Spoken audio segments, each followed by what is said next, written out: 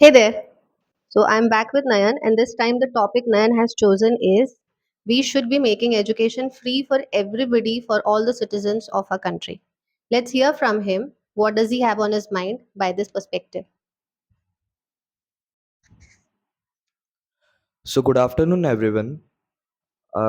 So I'm supporting the point that everyone should get the free education in small amount. There are many students they they have economically they are very poor, so they are unable to gain the quality of education. So it will make them very easy to get the education if government will make the education free for everyone. And also for higher education, many parents and students take loans, so it will increase the burden for the parents and the students. So Nayan has one very valid point. He is trying to say that suppose if the education is free for everybody, it is going to be cost effective. It is going to be pocket friendly for so many those who find it difficult to meet the ends of the day and educate their children in private institutions. But then we would also like to reflect upon the thing that if there are no private institutions anymore to impart education, and complete responsibility lies with the government agencies. So what is going to be the quality of education in that case? Suppose if I am capable of affording education, good education for my child, I would definitely want my child to go to some private institution where there are better teachers, and they are far more equipped to educate my child, rather than sending my child to a school where the education is free and I'm not sure what is going to be the quality and the qualification of the teachers as well. I'm not saying that teachers teaching in the ZP schools or government schools are less educated, rather the opposite.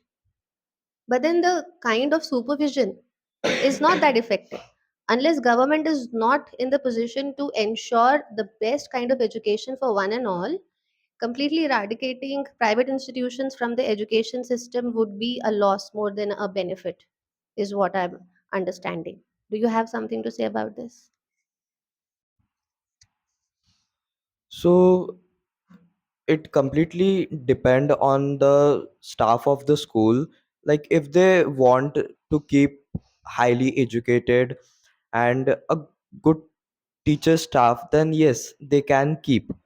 And government can also make some policies or some exams so that they will study hard and can pass.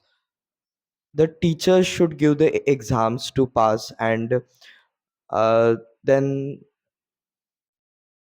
the like the only good staff of the teachers will only be accepted in the schools.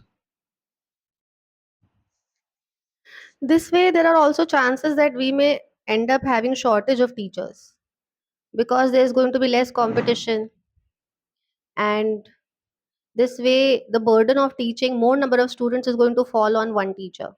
Like recently, I was watching this video. Somebody asked Elon Musk, "How do you educate your boys?" So he said that my children, they go to the school where there are only 20 students as of now, and that his boys are educated according to their hobby and their area of interest, and across age. Like in a class, a child is capable of being 8 or 10 or 12 years of age, and they are going to be educated according to their interests and personalities. So you need teachers to be so well qualified that one teacher is accountable for, say, let's say 3 to 4 students only. Only then is it possible that we would be able to redefine the face of education. Whereas in our country, because of the population size, a lot of responsibility falls. That is why we are not able to change our evaluation system. We have to rely so heavily on pen paper test, because we know that if we go on to groom the child holistically, we would not be able to evaluate him efficiently. So it is most convenient to just evaluate the child on the basis of pen paper. Only the private schools are attempting such a thing, that a child should be evaluated beyond pen paper test. So this way government is going to completely eradicate this idea and again fall back on pen paper testing and rote learning. This will also impact the education. So what you're saying, that parents would be able to afford the education, they would be able to save for the future of the child, but then it will impact the learning of the child in the present, is what I'm of opinion. Anything you want to add, or we can finish it? So again, I want to say that it completely depends on the school staff.